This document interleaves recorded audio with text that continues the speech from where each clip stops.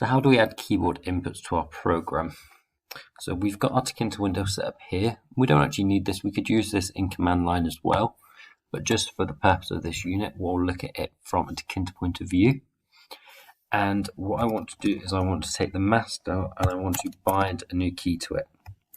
So we do the name of the key we want to bind. So I'm going to bind the key M.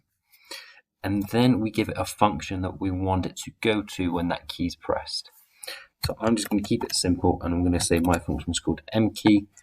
And then I can come to the top of my program and I can define mKey as a new function. Now we need to pass an event through. We don't need to do anything with this event. Once we've passed it, we just need to make sure it passes because we are using events now. And then we do mKey pressed.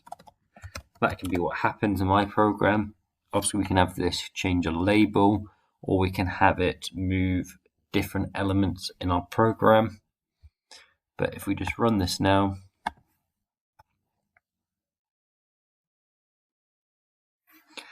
and I'm just going to move this window out of the way, and I'm just going to hit the M key, and you'll see the M key's pressed, and I can keep pressing it, and it will go down like that.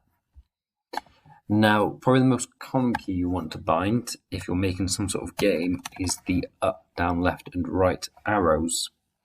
So again, we're going to do bind, but instead of just typing in the letter, because it's a special character, we actually need to put in between a more than and a less than symbol. So I'm typing down, capital D, the rest can be lowercase, and then we just put again a function we want it to go to. So I'm going to say downKey. Again, keep it simple with your naming conventions. It just makes it easy for you to remember all your functions. And then we need to actually say what happens when we do downKey.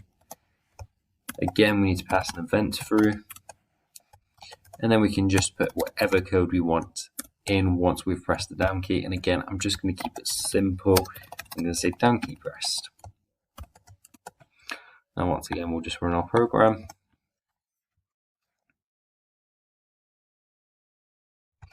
And every time I hit the downKey, downKey's pressed, and our mKey still works as well.